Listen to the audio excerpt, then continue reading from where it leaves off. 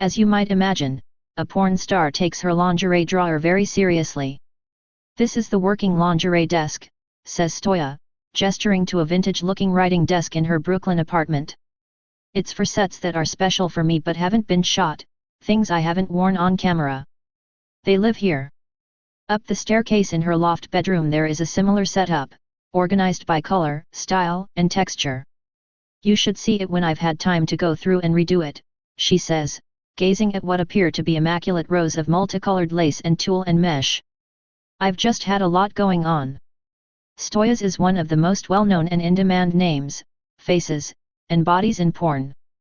She got her start during the mid-aughts alt-porn boom when sites like Suicide Girls and its competitors marketed arguably feminist, certainly subcultural porn to the Vice generation, and soon had a contract with one of the most prominent porn studios in America. Over the past 10 years, her unusual blend of sexual candor, intellectualism, she speaks with equal eloquence on Foucault and anal play, and what most people would consider an unconventional look, she's whippet-thin, small-breasted, and very pale, has made Stoya, who turned 30 this month, a pop cultural force. She became even more well-known when, in 2012, according to the social media trail, she began dating fellow porn star James Dean, who, with his sensitive good guy image, also represented a deviation from the porn norm. In part owing to a campaign waged by Bret Easton Ellis, Dean starred alongside Lindsay Lohan in the Ellis-penned, Paul Schrader-directed erotic drama The Kenyans. Dean's name was tossed around on Twitter as a possibility to play the lead in 50 Shades of Grey. At a time when, thanks to the success of the book of the same name, the basics of BDSM were topics of mainstream conversation, Stoya and Dean became porn's power couple.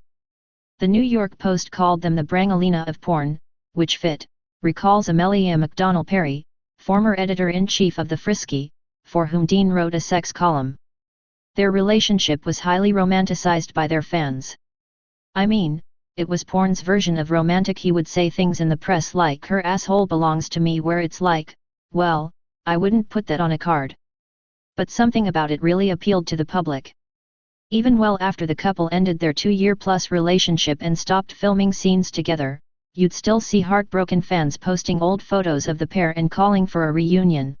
Then, this past November, while on location in Serbia shooting her first big role in a non-pornographic film, Ederlazi Rising, a science fiction romance in the spirit of Her, Stoya sent out 2 tweets accusing Dean of rape, and it became a global news story.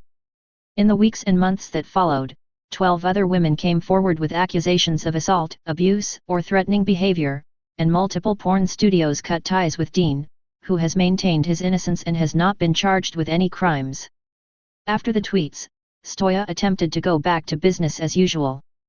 But as the press requests mounted and the slut-shaming by some threatened to drown out the support of others, Stoya began to unravel. She tweeted that she was not going to attend the Adult Video News Awards and that she wished she could get out of hosting XBiz, one of porn's biggest awards shows.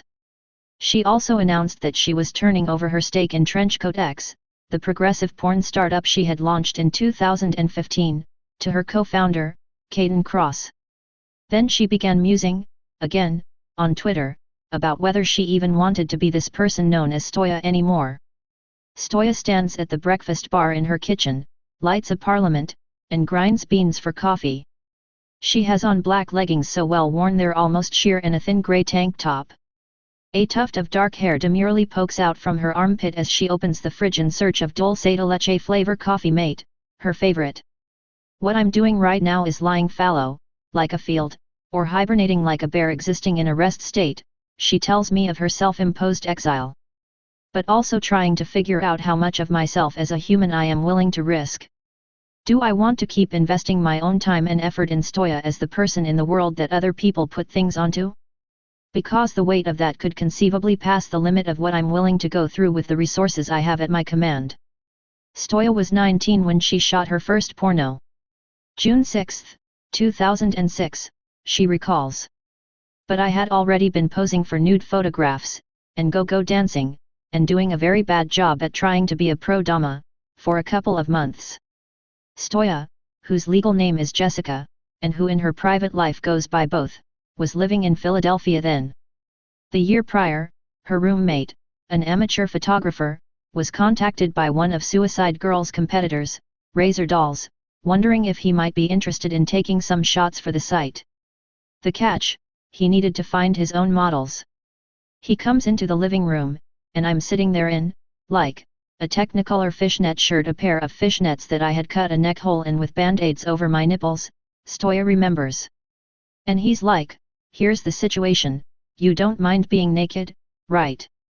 Her response: "Clearly not, sir." As a girl growing up in North Carolina and later Delaware, Stoya was a serious ballerina, and professional dance was her plan for the future. Then she endured a series of injuries, including a stress fracture in her foot, which sidelined her for good. "I was in my mid-teens, going, what the fuck am I going to do with my life?" she remembers. The first couple of years in Philadelphia where she moved on her own at 17 were very much, "I guess I'll just do things until I figure it out," which might be why my response when someone asked if I wanted to be naked in pictures was "why not?" And when the enthusiastic reaction to her nude photos led to an offer to appear in Razor Doll's first ever adult film, she didn't see any reason not to try that either. "Basically, I'm a cat," she says. "I'm so curious." In 2007, Stoya signed her first contract with one of the major porn studios, Digital Playground, $2,500 per scene for up to 25 scenes minus the cost of STD testing, she points out, which in porn is admirably rigorous, amounting to another $100 to $200 out of the performer's pocket every 28 days, though, Stoya says, she still managed to contract chlamydia and gonorrhea.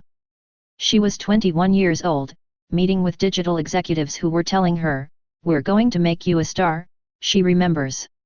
"I'm like, yeah, sure, whatever, this is not my first weekend in Los Angeles, the guy who sells me cigarettes in the morning says he's going to make me a star." But they were actually serious. Stoya sees in sex the opportunity to process emotions that arise in her life. "It's like, thank you for letting me work out my issues with your balls," she says. "Sometimes when I'm in the middle of a number of ongoing big, long projects, I might do the dishes and wipe down the kitchen counter to have a sense of I have completed a task. Or I might be like, hey, can I figure out your 3-button move with your genitals and nail that a couple of times just for finishing a task gratification." For me, that's normal. There's a widely held belief that a disproportionately high number of the women in porn were sexually abused. It's one of those casually accepted notions that are difficult to disprove, because there isn't enough reliable research on the subject and because it happens to be true for several high-profile porn stars, such as Jenna Jameson and Tracy Lords. We like to tell ourselves stories about why some women decide to do this kind of work. But until her experience with Dean, Stoya says, she had not been assaulted, at least not in the way we typically think of sexual assault.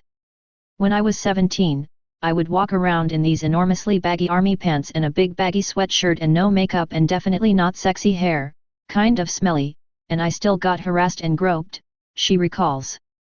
"I learned that by virtue of walking out of my front door, I am seen by sections of the world as someone they can just take sexual pleasure from." Dancing on stage for money and eventually having sex on camera allowed Stoya to reclaim a position of power in that dynamic.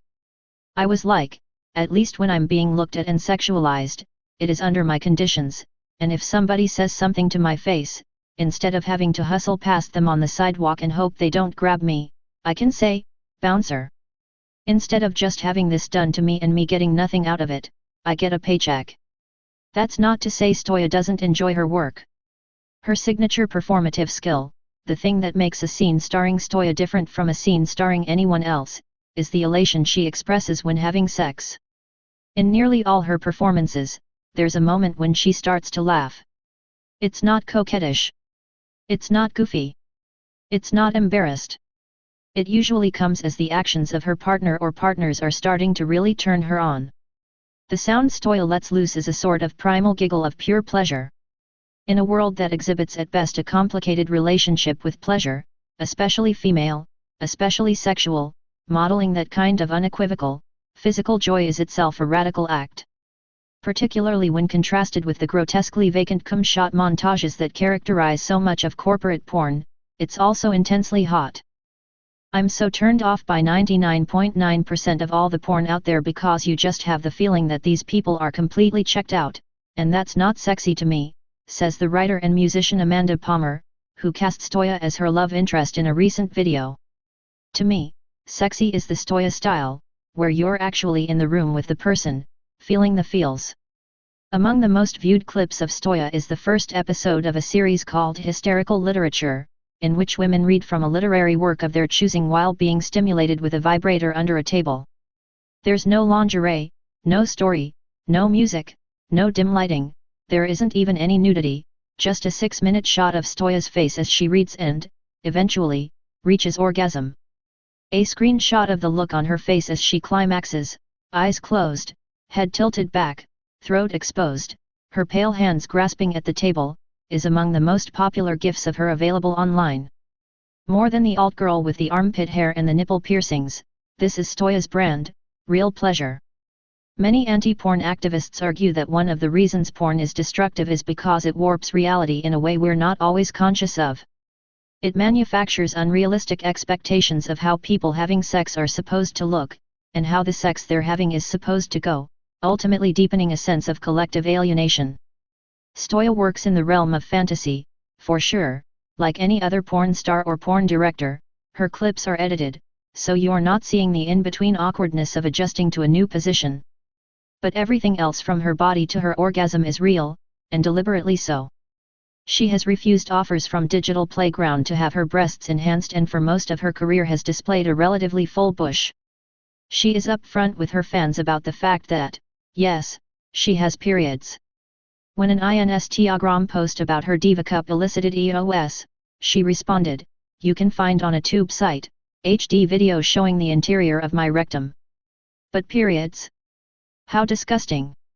Of course, there are still those who want super waxed, blonde, tan, open-mouthed, pneumatic bombshells. Once, owing to a scheduling change at a porn convention, Stoya found herself in a booth, Sharpie in hand, ready to sign autographs for a long line of people who were expecting to see Jessie Jane. She's blonde, huge boobs, tan, real short, huge smile, huge green eyes, really bubbly and perky, just sunshine sex bomb. Stoya says. And I'm me. Half of those queued up decided to bail, mostly dudes in their mid-30s, 40s, maybe early 50s, who came of age during what Stoya calls the contract girl era, the early heyday of internet porn wherein studios recruited a stable of young women to bring to life the Jessica Rabbit image of female sexuality that you would have seen a decade prior in Penthouse. These guys are not her people. Stoya's people are younger and more self-consciously counter-cultural. They're millennials who've forged their identities, sexual and otherwise, in an economically uncertain, politically polarized, sexually progressive, post-gender world, and who prize authenticity and anti-establishment thinking. Stoya is the sex icon for a generation that doesn't trust institutions, and a greased-up, moaning blonde is the face and body of institutionalized sexuality. The next time I saw Jessie after that convention, we were comparing notes, Stoya recalls. And she was like, "Oh my god, they did that to me too, a different day. You left, and they put me on your spot, and it was all these guys, they were really nice, but they were like, you're not Stoya." Stoya had known Dean for years before they started dating. When he was involved with another porn star, Joanna Angel, the three of them used to hook up from time to time. There was one instance, Stoya remembers wistfully, when she was so exhausted after a long day that she literally fell asleep with her face in between Angel's legs. "I woke up and I was like, whoa, that's not a pillow, that's a vagina," she recalls, laughing. But there was another instance that she's since added to a long list of red flags about Dean that now haunt her. "I can't remember if it was that same sexual interaction or another one, but in the middle, Joanna got up to go to the bathroom," she recalls. Stoya was worried and asked Dean if Angel was okay, but he didn't respond. He just did not give a flying fuck. By 2012, Stoya and Dean were officially together, and she was spending a lot of time at his house in LA. The aerial hoop she used to practice acrobatics hung from his ceiling, much to the delight of their social media followers, who observed the couple's every Instagram move like a still-life reality show. Initially, she kept her own place back east, until Dean objected. He told me I was using my apartment in New York as an escape hatch and a way to avoid committing, she recalls. It was about a year into their relationship that she says the rape occurred. Until Dean, there had never in my life been a time where someone had held me down and penetrated me with their penis while I used all the words that you should be able to use to stop it. They continued dating for approximately another year. As she wrote in a blog post on her website, I felt as if I had no recourse. I didn't know what to do. So I kept working with him, and we kept dating. Looking back, she says, I just feel so fucking dumb. By the time Stoya sent the tweets, she and Dean had been broken up for well over a year, and she had started going to therapy at the suggestion of Joanna Angel. Not that Angel knew, exactly, what had happened, but there was a shared understanding. She had an idea. I had an idea, Stoya says. After Stoya's accusations came out, Angel would tell the world that Dean had been abusive to her as well. He made her sleep on the floor, like a dog, says Stoya. That summer, a film crew was doing a documentary about Dean and asked to interview Angel. Stoya advised against it. As your friend, it is the worst idea in the entire world to tell anything close to the truth about him. You'll be massacred as a crazy, bitter, jealous ex. But that said, I am 99% certain that anything you experienced with him, I experienced something similar. Stoya thought of this advice late one night in Belgrade, after a difficult day on set. The film includes a rape scene. But she also thought about how, every day, she would see some teenager on Tumblr being like, James and Stoya number relationship goals. Dean's teenage fans, of which there are many, call themselves Dean-agers. She thought about Dean's do a scene feature on his website, where literally anyone can apply to have sex with him, so long as they are willing to be filmed. When we were still dating, it would be him and the camera and the woman in his house, unsupervised, she remembers. She thought about how she let her perception of Angel as smart and successful and awesome and funny fuel her self-doubt. I would think, oh, he can't be terrible, Joanna dated him for 6 years, Stoya recalls. And I'm now complicit. So she opened her computer and tried to reach Caden Cross on video chat. I was calling to say, Caden, remind me of the slut-shaming, remind me how I will ruin our business. Remind me how I will be told that porn stars can't be raped, remind me of how I will be called a liar, remind me that it will quite likely undo and undermine a decade of work in the porn industry. But Cross didn't pick up. The tweets just fell out of my hands, Stoya says, that thing where you log into the internet for a second and see people idolizing the guy who raped you as a feminist. That thing sucks, she wrote. And then, James Dean held me down and fucked me while I said no, stop, used my safe word. I just can't nod and smile when people bring him up anymore. Then she closed her laptop and went to bed. As is the case with many public rape accusations in the era of social media, Stoya's charges against Dean opened the floodgates to more abuse allegations. Tori Lux said Dean had held her down and repeatedly hit her in the face on set. Ashley Fires said he had tried to rape her in a bathroom at the studio. Joanna Angel said Dean was dead on the inside. In the end, Cora Peters, Lily LeBeau, Brie Olson, Amber Rain, Nikki Blue, Holly Z, Farrah Abraham, Bonnie Rotten, and a woman known as TM would add their accusations to the pile, making a total of 13 women who say they were assaulted or threatened by Dean. In response to each, Stoya tweeted, I believe, and the woman's name or Twitter handle. The hashtags #IStandWithStoya and #Solidarity with Stoya both began trending. Dean, who declined to comment for this article, took to Twitter to call the claims against him both false and defamatory, adding, I respect women and I know and respect limits both professionally and privately. And he had his supporters as well, among the Dean-agers and men's rights advocates. I'm with you, man. From what I've seen you would never do this and I'm with you. In the court of public opinion, men have no say, tweeted at night for Trump, whose Twitter bio reads, simply, at real Donald Trump's worshipper. In the middle of all this, about 5 weeks after Stoya sent the initial tweets, the porn industry gathered for the XBiz Awards, which Stoya hosted and which Dean attended, and where Stoya made what she thought was a pointed comment about the controversy. "Before we get started, I hope you don't mind, I'd like to say a few words from my heart," she said after taking the stage. But really, she paused, "I'd prefer not to. It doesn't go over very well when I speak from my heart." Then she introduced the first presenters. The line was her lit nerdy attempt at protest. "It's Melville. I'm Bartleby," she exclaims, referring to Melville's short story Bartleby, the Scrivener. He is in the capitalism commerce American dream machine, and one day somebody asks him to do something and he says, "I'd prefer not to," she explains. His cog brings the whole machine around him to this very strange, slow, grinding halt. Needless to say, no one got the joke. But there's a way in which Stoya really is the Bartleby of the porn industry. When Dean wanted to join her on the Adult Video News Conference's panel on consent the week after XBiz, she declined to participate in the showdown and the whole thing fell apart. "That would be really emotionally difficult for me," she says. "It's so weird to be the human in the middle of this." Earlier in her career, she'd engaged in a work stoppage of sorts in a battle with Digital Playground that was also, at its core, about consent. "I was expressing to the producer on Digital Playground sets that no, I don't want to work with this person who is not on my yes list," Stoya recalls, referring to the list that many adult performers keep of other actors they will or won't do scenes with.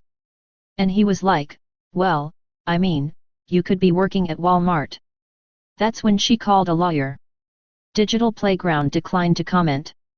Porn performers consent to have sex on camera, but Stoya objects to the idea that she or any other performer is just a collection of orifices to which she's signed away unrestricted penetration rights. "The number of times you've said yes does not in any way disempower you to say no at any point, for any reason." Stoya's lawyers agreed. "The lawyer told me exactly where my loopholes were on my contract, and of course the biggest one was, it's the United States in the 2000s, you can't make me have sex," she remembers. "Then I went and waited tables." She wanted to prove to the digital executives, and perhaps to herself, that she was capable of walking away. "For a fucking year I waited tables, and I waited for it to get back to Digital Playground that I was waiting tables," she recalls. "I had a normal job where my shoes stank like duck sauce." Eventually, Stoya says, they relented, though she declines to get into specifics, saying only that she fought for the hope of being able to do this work under something closer to my own terms. "This is the attitude that inspired her to start Trenchcoat X with Cross, trying to make better porn, trying to make porn that isn't total shit," she says. "Trying to make porn that respects both its audience and its performers." Obviously, no one cared on a set when someone said, "Where's the rape kit?" she says, referring to what the industry colloquially calls the container, usually a milk crate, that contains paper towels, douches, enemas, condoms, and dental dams. "So, you know, trying to not do that. It's just a bad joke, of course, but it affects attitudes about women in the industry, and it perpetuates the idea that women in porn can't really be raped, or, rather, that being raped is in some way what they've signed up for." Stoya gets asked a lot of questions about feminism, which displeases her. "I think part of my problem is, don't put me in the pink corner," she says. "I am a deeply conflicted feminist person who gets regularly called a feminist pornographer when I see nothing inherently feminist about the pornography I produce. Feminism is not my focus." Perhaps a better way to describe her pornography is progressive. Trenchcoat X is a lot more inclusive than its competitors in terms of the many ways that gender and sexuality are expressed. On many standard corporate porn sites, you see, in addition to merely unimaginative terms like blowjob or big tits, outright derogatory categories like shemale. Trenchcoat X offers a broader selection of tags that aim to take into consideration gender identity, pubic parts, mostly external, pubic parts, mostly internal, encourage a less narrow way of thinking about technique, blowbang, slapping, genitals, and responsibly push boundaries in terms of fantasy, portrayals of non-consent, religious satire. Customers can also designate any Trenchcoat X term as what Cross and Stoya call ace quick, as in, "I'm not into this, it squicks me out," or ace squee, as in, "I'm really into this, it makes me squee." In the initial wake of Stoya's accusation, Dean's career appeared to take a genuine hit. Multiple production companies, notably BDSM giant Kink.com, severed ties with the performer. Sex toy manufacturer Doc Johnson dropped Dean's line of products, and his reputation as the Ryan Gosling of porn seemed to be forever tarnished. But 6 months later, Dean is as busy as ever, appearing regularly in new scenes by companies like Voyeur Media and Reality Junkies. Earlier this month, his spokesperson announced that JamesDean.com would be increasing the amount of new content for its members. Apparently, a lot of people still want to watch him have sex on camera, and a lot of women are still willing to work with him for that reason. For Stoya's part, she wants more than anything to move on. What I don't want is for my entire career and therefore entire life to be all about James and what he did to me, she says. Has my life not been all about James and what he did to me for long enough? She has plans to return to on-camera work in the next few months, but BDSM is off the table for the foreseeable future. If somebody put their hand on my throat, I would burst into tears, she says. She is still seeing her therapist and has been diagnosed with PTSD. In a way, the blend of crisis and catharsis that came after she spoke out about Dean forced her to seriously consider questions she had already been asking herself, like, why, exactly, am I doing this? In April, after she'd returned to work at Trenchcoat X, she told me she'd finally come up with an answer, because right now the only things standing out about porn are the garbage. And I know you don't fix something by walking away from it. A month later, we meet outside Penn Station early one morning to take the train to Baltimore, where Stoya is shooting a new project. Last fall, a 26-year-old transgender activist named Ava approached Stoya about directing her in a series of scenes that would document her transition. Today is Ava's debut pornographic performance, a solo masturbation scene, and the only one to be filmed before she goes to Thailand to, as she puts it, get my vagina installed. But there's been a slight snag. Ava's partner, who didn't want to participate in the shoot but was supportive of it, is having a last-minute freak-out. Ava has gone into the hallway to call them, the pronoun her partner uses, on the phone. As we wait, Stoya sits patiently on Ava's floor, surrounded by the detritus of a young person exploring progressive womanhood. The bookshelf holds the Zen Reader, a slim volume called Anarchism, The Feminist Connection, and a Tiara. So now the thing is making it very, very clear to her that she absolutely can back out, even though it doesn't seem like that's what she wants to do, Stoya says. Every time anything changes, it has to be like, you know you can be done. And even when we've shot 10 minutes of footage, she can be done. Stoya has already paid Ava $700, a typical rate for a female performer in this kind of solo scene, and advised her not to email back the release papers until Ava sees and signs off on the edited footage. That always happens, right? Ava asks as she comes back into the room, a little shaken. It always happens, Stoya confirms. There is not a single person I've dated who hasn't needed to have the conversation right as I'm arriving to set. Including Brian. Dean's real name is Brian Sevilla, who was a performer himself. After a few more minutes of conversation, during which Stoya tells Ava, again, that she can back out at any point, Ava starts to casually undress and Stoya moves behind the camera. For about 17 minutes, as Ava brings herself to orgasm, Stoya stays in a loose crouch, saying nothing, moving silently around the room to get her shots. The look on her face, a kind of appreciative smile, is one I recognize from watching her in group scenes. She appears to enjoy watching other people have sex as much as she likes having it herself. Afterward, as Ava is coming down, Stoya asks how she feels. Comfortable, she says, spooning her pillow and smiling. Snugly. On the train back to New York, I ask Stoya about a text she'd sent me a few days prior, in which she declared, I know what I want from my 30s. She nods. She's been thinking more about how to make porn better, letting that quest animate her. Lately, she's feeling excited about the idea of aging on camera as a form of self-expression and of rebellion. Ava wanting to show a sexualized trans body is what inspired me to say, okay, I want to show a sexualized aging body, she says. And I'm really the best person positioned to do this. Sitting cross-legged in the window seat, a little flushed with the excitement of having made work she cares about, Stoya says she has a lot to look forward to. Such as? I'm joyfully awaiting my first grey pube.